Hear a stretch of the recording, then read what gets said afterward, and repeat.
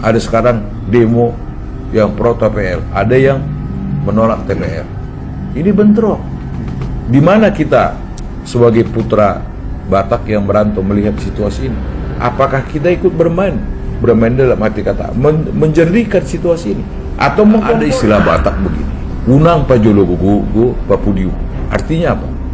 Kedepankan peraturan, ayo bersama.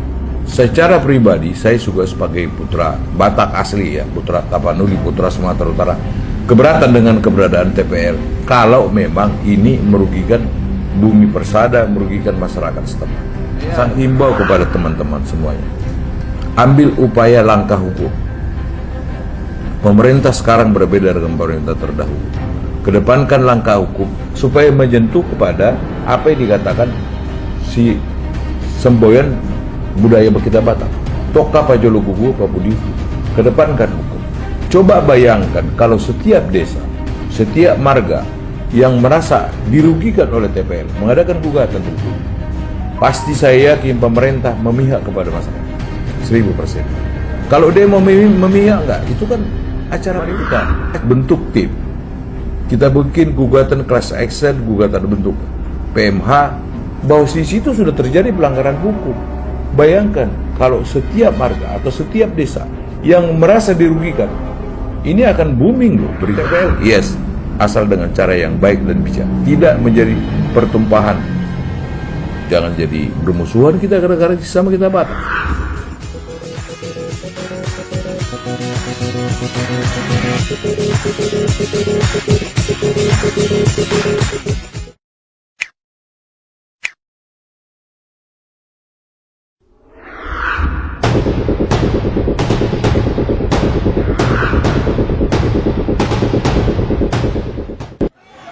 Tutup TPL!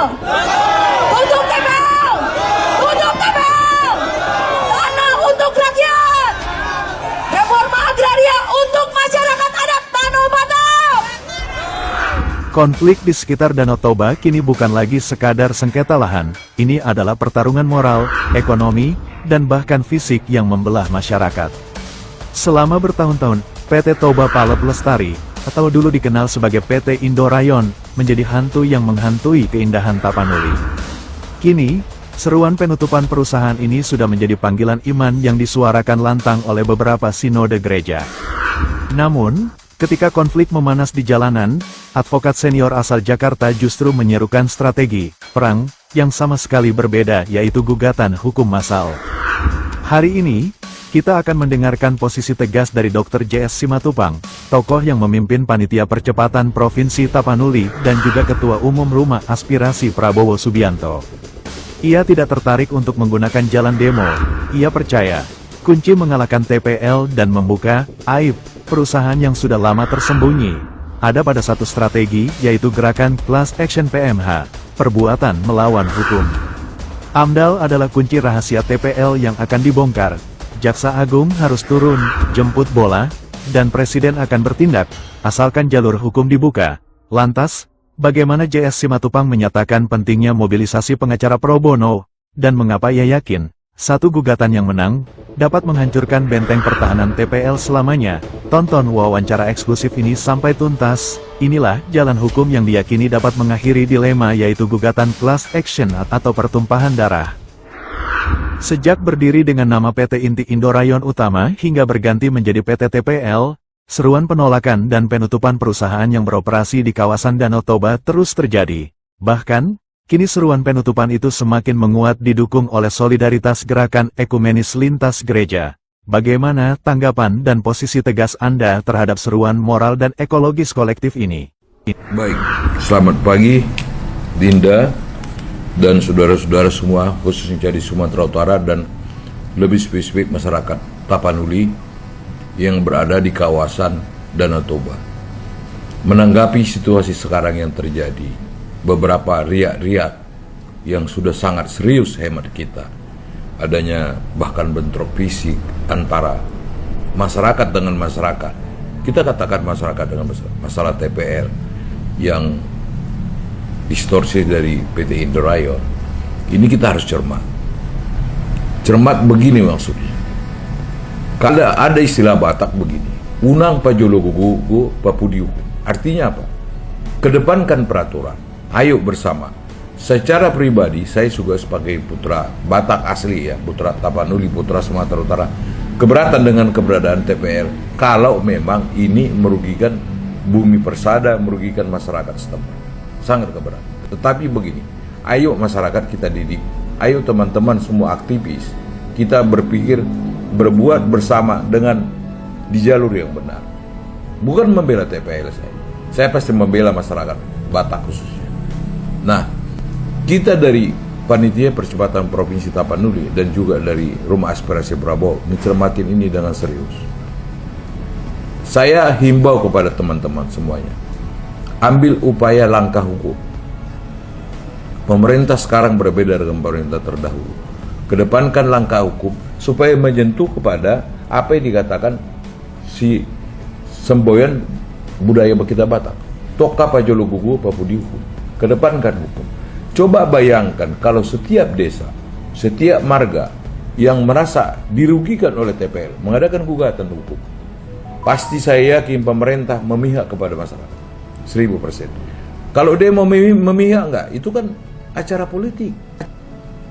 Dua kemungkinan, bisa iya, bisa tidak. Saya lebih berprasangka begini, seolah-olah pemerintah tidak memihak kepada masyarakat. Kita lihat jawaban pemerintah daerah.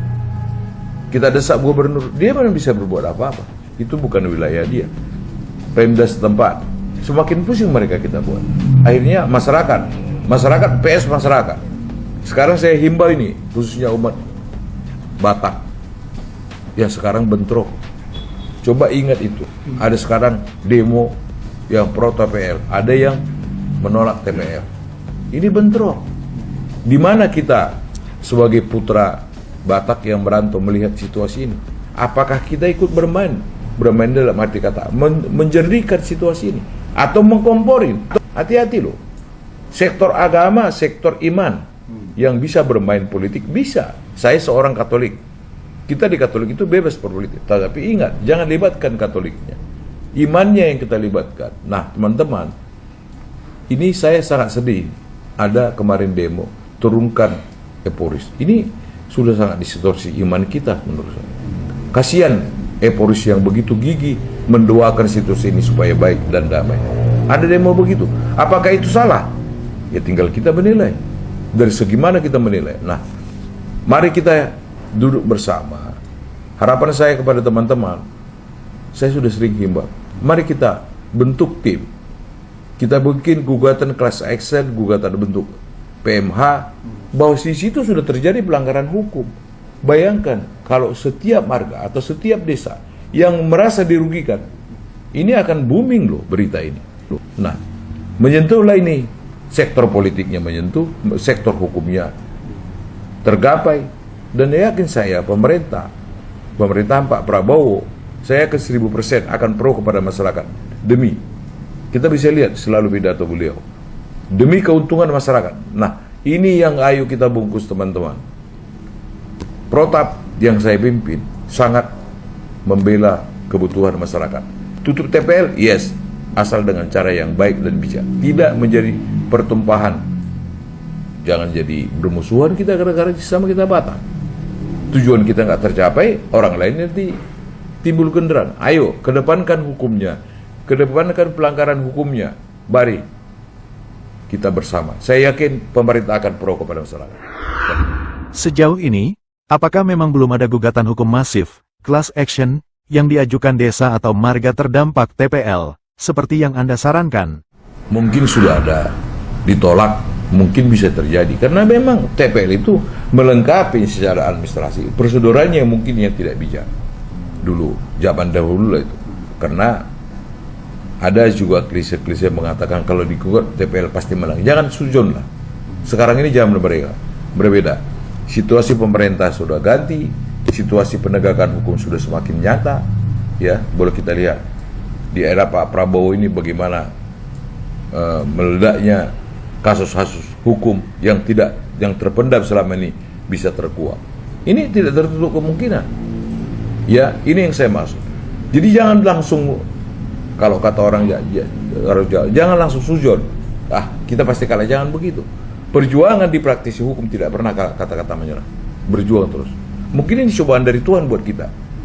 Kalau 1, 2, 3 gugatan kita kalah, 7, 8 kita menang, kita nggak tahu. Satu aja gugatan menang, ini sudah membuka aib yang selama ini terbungkus dengan ragu.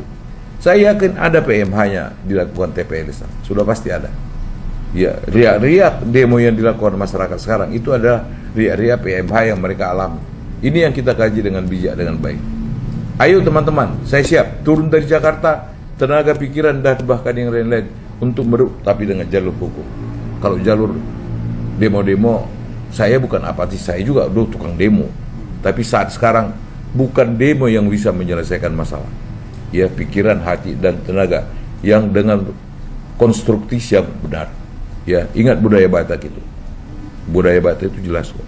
Toka apa jolo gugu kau puji. Mengingat seruan Anda untuk gugatan masif, rencana apa yang bisa dimainkan untuk memobilisasi dan mengorganisir kolaborasi pengacara Batak dalam perjuangan hukum masyarakat melawan TPL? Pengacara Batak kan sangat berlin. Sekarang setiap kabupaten di Provinsi Sumatera Utara ada berapa kabupaten? Ada 36, 39. Setiap kabupaten itu ada pengadilan negeri. Ya. Setiap kabupaten itu rata-rata sekarang pengacara Batak itu ada paling sedikit 20. Nah, tinggal kita himbau mana yang mau prodeo, mana ini kan udah jelas prodeo. Saya kira mindsetnya yang menggayungkan ini, yang menjadi pemimpinnya, mentornya yang perlu. Karena ada orang Batak ini banyak. Di Medan itu banyak RO, ngerti nggak RO? Raja Olah. Nah, banyak kesempatan dalam hal-hal yang tidak baik, tidak bijak. Jualan apapun dilakukan orang Medan. Ini mungkin yang ditakutin oleh para masyarakat. Saya banyak menangani masalah di Medan pakai pengacara Jakarta mereka. Kenapa? Distorsi kepercayaan itu hal biasa dengan pengacara itu Medan biasa. Di Jakarta juga begitu. Banyak pengacara Bandung di sini praktek. Distorsi dengan pengacara Jakarta biasa. Nah, masyarakat Batak sangat hobi menjadi pengacara. Saya kira pasti banyak yang berempati untuk periode melaksanakan. Tinggal sekarang siapa yang menjadi mentornya, siapa yang menjadi kita tokohkan. Saya katakan sekarang ini ada yang menjadi gandrungan kita yang sikapnya sangat bermasalah. Dr. HP Pangkabea, Luhut Pangaribuan. Ini bisa kita guide menjadi mentor. Jangan pula Awa masih setengah preman. Pasti banyak lebih mencurigai. Nah, ini teman-teman pengacara, ayo jujur mengatakan sesuatu yang pernah saya katakan. Jangan melakukan pembenaran dalam kesalahan. Ya, ini yang perlu kita kaji. Di zaman era Prabowo ini, jangan melakukan pembenaran dalam kesalahan. Terusiknya akan merugikan masyarakat. Mengenai konflik TPL, bagaimana penilaian Anda terhadap peran dan kinerja Bupati serta DPRD di sekitar kawasan Danau Toba dalam melindungi masyarakat dan lingkungan? Jadi begini, kalau infrastruktur pemerintahan kita ajak berembuk tentang ini, serba sulit. Mereka punya pemerintahan pusat. Sekarang begini, kalau mau jujur, semua administrasi TPL itu kan datangnya dari pemerintah, mulai dari izin, SIU, segala macam. Kalau memang mau dikaji, ya pemerintah bisa kaji. Apakah itu prosedur? Katakan sekarang Bupati Tapur atau Bupati Samosir, mereka kaji itu izin yang mereka rekomendasi berikan, itu kan keluar sebelum dia serba repot. Apakah dibenarkan Bupati sekarang membatalkan rekomendasi yang pernah dikeluarkan? Ini juga menjadi dilema. Gubernur juga begitu. Mereka harus tanya dulu pemerintahan pusat, apalagi pemerintahan pusat. Takut juga kalau dibatalkan, kalau digugat sama TPL. Nah ini makanya dominannya masyarakat yang meminta kepada pengadilan terjadi PMH, terjadi pelanggaran hukum terhadap prosedur-prosedur yang diajukan oleh TPL terdahulu. Saya yakin di situ kalau diteliti pasti ada. Salah satu contoh, AMDAL. Contohnya AMDAL dari Samosir. Apakah masyarakat setempat memberikan tanda tangan yang benar-benar untuk AMDAL itu? Kurang dari zona. Saya kasih begini. Saya kasih contoh Kabupaten Samosir. Yang berapa hektar terkena diambil TPL? Katakan 50 hektar misalnya. Berapa penduduk yang terimbas kena? Itu bisa kita gaji. Sesuai nggak tanda tangan AMDAL yang sekarang? Nah, yang bisa memaksa memeriksa AMDAL dahulu yang sudah dikeluarkan oleh Pemda, ya kan pengadilan. Ini loh, ini kita pikir minta pengadilan membuka tabir pembuatan AMDAL. AMDAL kunci segala-galanya perizinan dari perusahaan TPL. Ini yang saya masuk. Jadi pemerintahan sekarang kalau kita paksa untuk menutup itu, nggak mungkin, nggak bisa, nggak ada jalurnya mereka menutup. Nah, kemarin kan sudah lihat pernyataan beberapa bupati, kami taat kepada pemerintah pusat. Jadi sama dengan kalau orang tidak paham mengatakan cuci tangan pembela, nggak pro masyarakat, bisa jadi masyarakat mengatakan. Tapi kita harus tahu juga di mana letak kekuasaan pemerintah yang berkuasa sekarang. Jangan kita jepitkan jaga mereka. TPL ini berdiri sudah sekian tahun. Ya, sejelek-jeleknya TPL distribusinya juga ada. Ini yang kita kaji, apakah sesuai pendapatan daripada TPL sekian hektar dikuasai, distribusinya ke negara. Itu kita buka tabirnya. Yang bisa membuka itu hanya pengadilan. Mungkin kita sebagai lawyer meminta itu tidak akan diberikan oleh pajak dan sebagainya. Apakah pajaknya membenarkan? Sekian kayu ditebang, bagaimana negosiasinya? Ini kan bisa dibuka di tabir pengadilan. Ayo teman-teman, saya yakin terbuka pintu untuk ini. Kata Konsorsium Pembaruan Agraria yang diungkapkan dalam sebuah seminar, TPL beroperasi secara ilegal karena izinnya dinilai cacat hukum, hanya penunjukan, bukan penetapan kawasan hutan. Tanggapan Anda? Nah, kalau itu sudah ada diduga pelanggaran hukum, ini kan menjadi legal standing yang sangat serius. Kalau itu benar, bisa kita kumandangkan dan ada dikabulkan oleh pengadilan nantinya. Ini keuntungan sangat baik untuk masyarakat. Makanya saya katakan, ayo teman-teman kita mulai. Ini sudah terbuka beberapa. Saya kira para praktisi hukum agraria, hukum adat, orang Batak itu sangat banyak. Ada Pak Sihombing, ada Pak Hapi, untuk mencetuskan ini. Saya tadi sudah katakan, makanya jaksa negara turun, pengacara negara turun untuk memeriksa ini. Saya yakinkan ada PMH. Dari pergantian Indorayon ke TPL, jangan dikatakan serta-merta menguntungkan masyarakat. Di mana menguntungkan masyarakatnya? Jangan-jangan cuci baju ini. Iya kan? Ada belang-belang yang lain. Kita ketahui. Nah, ternyata apakah Indorayon dulu mungkin katakan 1000 hektar menjadi TPL sekian hektar, kita kan nggak tahu penambahan atau pengurangan. Jadi jangan kita katakan Indorayon itu menguntungkan diganti jadi TPL. Nah, ini yang terjadi. Jadi subjektif aja kita. Ada celah-celah undang-undang agraria yang dilanggar, ada pasti. Saya ingatkan, AMDAL salah satu menjadi pintu masuk. Konsesi tadi yang dilanggar. Nah, ini kita sudah usah menarik ke belakang lagi. Yang terjadi zaman pemerintahan yang dulu yang terjadi, ya mari kita perbaiki. Teman-teman ayo, monggo, sudah ada seminar begini. Ini menjadi buah yang sangat positif buat perjuangan ini. Eporus HKBP mengklaim Presiden telah setuju izin TPL dievaluasi. Bagaimana bisa memastikan evaluasi ini berujung pada penyelesaian permanen, yaitu penutupan total atau revisi mendasar sesuai tuntutan masyarakat? Begini, saya kira Presiden hal positif berpikir demi keuntungan masyarakat pasti berbuat yang terbaik. Tetapi juga ingat jalur hukum. Saya kira Presiden akan melihat ini dengan teamwork ya. Di mana pelanggaran hukumnya TPL. Kalau terjadi saya yakin 1000% bisa Presiden turun tangan. Nah itu yang saya imbal. Jangan jadi korban masyarakat ini. Apakah dengan demo sekarang korban apa memang menguntungkan? Ini yang dikaji. Presiden itu melihat itu, menonton itu. Ya, kita presiden itu sangat pro ke rakyat. Saya yakin kalau sudah sampai kepada presiden dengan baik. Ini kan banyak tokoh-tokoh Batak yang dekat presiden. Siapa yang menyuruhkan? Apakah cukup hanya Eporus? Ya. Saya secara spesifik juga bicara tentang ini ke beberapa tim Pak Presiden. Tolong dibantu masyarakat. Tapi dari segi mana mau dibantu? Apakah dengan ditutup TPL itu membantu masyarakat Batak? Mana? Karyawan TPL juga masyarakat Batak. Nah itu bagaimana kalau TPL ditutup? Apakah kita pikirkan juga? Ini juga bukan sembarang.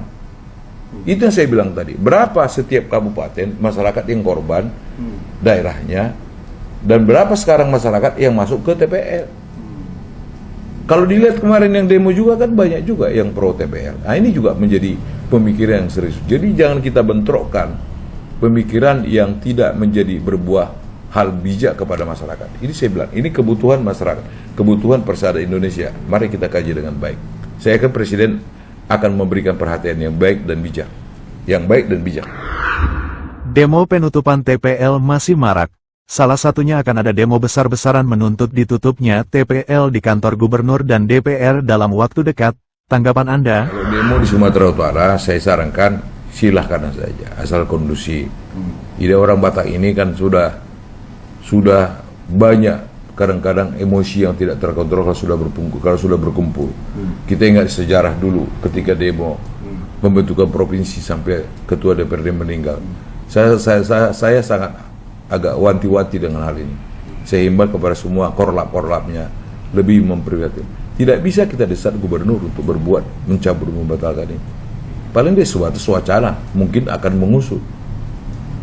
Ya, yang bisa berhak membatalkan itu ya cuma dua, presiden turun tangan secara politik atau pengadilan. Yang dua ini, kalau bupati, gubernur, kemungkinan sulit. Tetapi demo itu sah-sah, baik. Asalkan, mari kita tunjukkan orang Batak sebagai anak raja ya, raja kita demo. Ya, raja kita menyampaikan aspirasi boleh aja, jangan kotor, jangan anarkis. Ya, ingat kejadian Provinsi Tapanuli tertunda karena apa? Moratorium terjadi karena apa? Karena demo Sumatera Utara yang mengakibatkan meninggal ketua DPRD. Nah, ini menjadi bahan pertimbangan tuh. Saya himbau teman-teman korlap di sana untuk membuat ini demo yang sangat bijak dan santun lah. Ya, sangat baik itu untuk menghimbau. Tapi jangan jadi ada kepentingan semu di balik ini. Kasihan masyarakat kita. Harapan Anda terkait kasus TPL ini? Harapan saya, para hakim yang memeriksa perkara kalau terjadi gugatan ini, tolong cermat dan teliti, yang baik dan bijak. Di mana PMH-nya? Kebijakan di sini perlu, bukan hanya peraturan, bukan hanya undang-undang. Ya, retorika hukum adalah kebijakan yang terjadi yang dialami oleh masyarakat. Mari turun. Saya kira hakim-hakim ini juga sekarang sudah jeli. Himbauan saya itu. Kalau ini terjadi, contohnya begini. Negara ini kita punya jaksa. Jaksa itu pengacara negara. Itu juga bisa turun. Kejari-kejari bisa juga turun langsung tanpa ada keluhan masyarakat. Sudah terjadi sekarang demo ini. Bupati dengan tripida aja bisa berembuk. Kejari bisa langsung. Ada nggak pelanggaran di sini? Jemput bola kepada ini. Harapan saya itu supaya masyarakat ini tenang. Kerugian ini tidak semakin lebar. Ini kita lihat hari ke hari. Bayangkan masyarakat kayak si Polres hari ke hari mau demo, hari-hari lupa mereka cari makan karena mau demo. Nah, kalau kita kaji demo ini, kadang-kadang juga nggak masuk akal. Bisa demo 3 hari berturut, dari mana makannya? Nah, ini juga perlu kita kaji. Hati-hati loh. Itu yang saya katakan tadi. Ini bisa bertindak semua pihak dengan instrumen yang baik, dengan kebijakan. Negara ini sekarang, fungsi jaksa sekarang sangat bagus. Untuk sekarang sebagai penegakan hukum. Keluhan masyarakat ini, kejari-kejari setempat sudah boleh turun tangan. Mewakili negara untuk membereskan kalau terjadi kurang lebih. Ini harapan saya yang paling penting. Dan ini adalah untayan daripada yang selalu dikungkan pemerintahan Pak Prabowo sekarang. Ya, kedepankan hukum. Nah, hasrat citanya jelas ya. Kedepankan hukum, kebutuhan masyarakat lebih nomor 1. Nah, ini saya himbau para aparat, gubernur, bupati, himbau itu para kejari-kejari untuk menangani ini. Apakah terjadi pelanggaran hukum yang sangat signifikan buat masyarakat? Demikian, Dinda.